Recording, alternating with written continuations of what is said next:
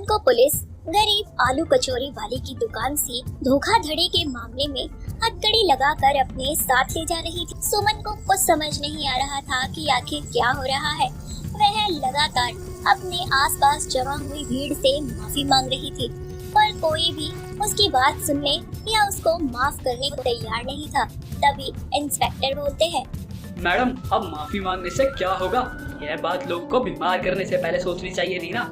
अरे मैडम, ऐसा भी क्या लालच था पैसे का जो इतने लोगों की जान को दांव पर लगा दिया? आपको पता भी है आपकी कचौरी को कितने बच्चे और प्रेग्नेंट औरतों ने भी खाया है। न जाने उसका क्या होगा। आपको माफी तो भगवान भी नहीं देगा। आप लोगों से क्या उम्मीद कर रही हैं? न कहकर इंस्पेक्टर सुमन को पुलिस वैन में बिठाकर थाने ले जाते हैं और उसे जेल में बंद करते हैं। जेल में बैठी सुमन अपनी पुरानी जिंदगी के बारे में सोचने लगती है। सुमन और उसका पति विजय मिलकर गरीब आलू कचौरी वाली का ठेला लगाया करते थे। दोनों के घर के हालात कुछ ज्यादा अच्छे नहीं थे। कचौरी बेचकर जो कमाई हो जाया करती थी, उसी से उन दोनों का घर चल रहा था। ऐसे ही एक दिन ठेले पर एक भोला नाम का आदमी, जो कि विजय का दोस्त था, वह आलू कचौरी खाते हुए बोलता है, विजय भाई, सच में यार तेरे हाथों की आलू कचौरी की तो बात ही कुछ और है। देखना, एक दिन ये कचौरी ना तेरा खूब नाम करेगी। बस लोगों को सही दाम में भरपूर स्वाद और चीज मिल जाए, इससे ज्यादा मुझे कुछ नहीं चाहिए। भाई, तेरी ईमानदारी का ही फल है सब। देखना, धीरे धीरे तेरे घर के हालात भी बदल जाएंगे।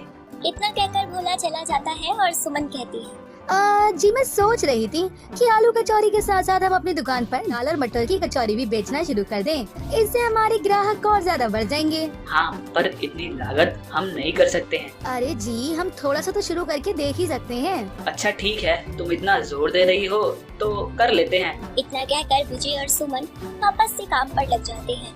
एक दो दिन में दोनों आलू कचौरी के साथ साथ मटर और दाल कचौरी बेचना भी शुरू कर देते हैं, जिससे उनकी दुकान की बिक्री पहले से ज्यादा होने लगती है। ऐसे ही एक दिन सुमन की बहन अमृता उससे मिलने आती है। सुमन अमृता को देखकर खुश हो जाती है और बोलती है, अरे सुमन, तुम तो शहर जाकर भूल ही गई हो अपनी बहन को।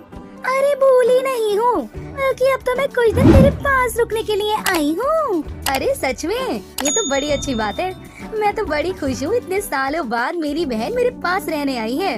ऐसे ही दोनों बहनें बातें करती हुई घर चली जाती हैं और विजय दुकान संभालता है। अमृता अपनी बोली की जितनी मीठी थी, दिल से उतनी ही कड़वी थी। मैं अपनी बहन और जीजा को सुखी चलते देखकर बिल्कुल भी खुश नहीं थी। ऐसे ही एक दिन जब सुमन और विजय रात को अपने दिन भर की गरीब आलू कचौरी वाली दुकान की कमाई गिन रहे होते हैं, तभी वह उन दोनों को देखकर मन ही मन बोलती है, इन लोगों के पास इतने पैसे हैं और एक मेरा पति है जो कुछ नहीं कमाता। मुझे खुद जाकर अपना सारा खर्चा चलाना पड़ता है। माँ ने भी हमेशा सुमन को ही सब कुछ अच्छा दिया, अच्छा पति भी उसे मिला, लेकिन अब हर चीज में इसका हक नहीं है।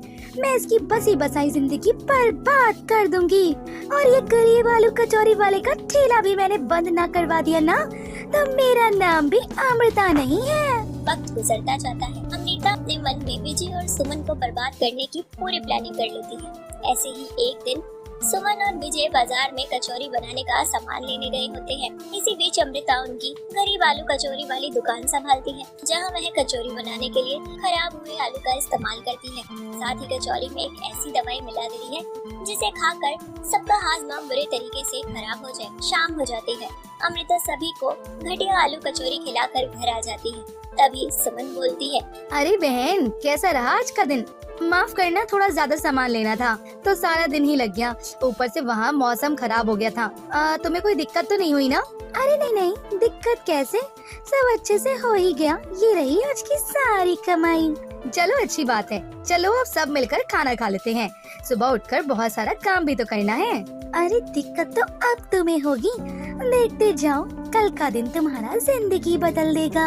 सुमन, अमृता और विजय खाना खाकर आराम से हो जाते हैं। करीबन रात के 1 बजे सुमन को हल्ले गुल्ले की आवाज सुनाई देती है और कोई उसके घर का दरवाजा जोर जोर से बजाने लगता है। सभी लोग उठ जाते हैं। सुमन और विजय जैसे ही घर का दरवाजा खोलते हैं तो देखते हैं कि गुस्से में बौखलाए लोग उनके घर के बाहर खड़े हैं। तभी उनमें से मौजूद एक औरत बोलती है, अरे पकड़ लो इन दोनों को, इन्हीं की है ये सारी करतूत। आज इनकी वजह से हमारे बहू बेटी बच्चे हर कोई हॉस्पिटल में है, घसीटो इन्हें पकड़ के। अरे पर हुआ क्या? आप ऐसा क्यों कह रही हैं? हमने क्या किया? कोई कुछ बताएगा भी? अरे देखो तो कैसे शरीफ बन रही है, जैसे कुछ पता ही ना हो। चलो हमारे साथ, सब पता चल जाएगा। इतना कहकर वह औरत सुमन और विजय को अपने साथ हॉस्पिटल ले जाती है, जो अमृता की दवाई मिलाई हुई कचौरियां खाकर गर्भवती महिलाएं, बच्चे, बूढ़े, आदमी, औरत सभी बुरी तरीके से अपना पेट पकड़े रो रहे। एक तरफ हाहाकार मचा था। डॉक्टर हफरा तफरी करते हुए एक एक मरीज का चेकअप कर रहे थे। तभी वह औरत सारा सच सुमन को बताती है, जिस पर सुमन बोलती है, जी देखिए, ऐसा नहीं हो सकता। मेरे परिवार का कोई भी सदस्य ऐसा काम नहीं कर सकता। हमने आज तक लोगों को कहीं कोई भी मिलावट वाली चीज नहीं खिलाई है। ऐसे इतने लोगों की जिंदगी के साथ नहीं खेल सकती। मेरा यकीन मानिए, जरूर कोई और बीमारी है। ये सब हमारी कचौरी की वजह से नहीं हुआ है। कैसे हुआ कैसे नहीं हुआ ये सब तो पुलिस ही बताएगी। बस कुछ ही देर में पुलिस आ जाएगी और सारा सच सबके सामने आ जाएगा। वह औरत इतना बोल ही रही होती है कि तभी पुलिस आ जाती है, जिसके बाद पुलिस सुमन और विजय को उनकी कचौरी की दुकान पर ले जाती है, जिसके बाद वह कचौरी का एक सैंपल टेस्ट के लिए भेजती है और रिपोर्ट्स में जाहिर हो जाता है कि सभी लोग कचौरी खाने की वजह से बीमार हुए हैं। जिसके बाद पुलिस सुमन को पकड़कर थाने ले जाती है और विजय किसी तरीके से फरार हो जाता है। हे भगवान, एक रात में मेरी जिंदगी क्या से क्या हो गई। मुझ पर इतना बड़ा इल्जाम कैसे लग गया और मेरा पति वो कहाँ चला गया। न जाने विजय मुझे ऐसी हालत में अकेला छोड़कर कहाँ चले गए हैं।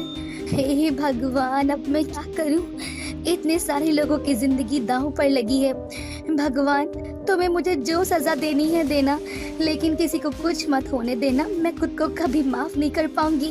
सुबह हो जाती है। सुमन को जेल से निकालकर अदालत ले जाया जाता, जहां हर कोई सुमन के खिलाफ गवाही देने को तैयार बैठा था।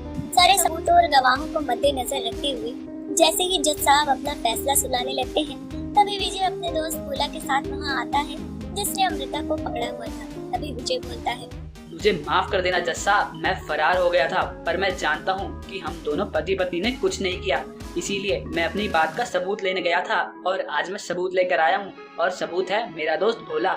आप लोगों को अपने फोन में कुछ दिखाना चाहता है। विजय की बात सुनकर वकील साहब भोला से उसका फोन लेकर जज को देते हैं और फोन में एक वीडियो प्ले होता है, जिसमें साफ दिख रहा था कि अमृता किस तरह कचौरी के सामान में अदला बदली कर रही है और उसमें दवाई मिला रही है, जिसे खाकर लोग बीमार पड़ रहे हैं। तभी विजय बोलता है, लोगों की बीमारी का कारण कोई और नहीं बल्कि अमृता है। मुझे हमेशा से ही अमृता पर शक था।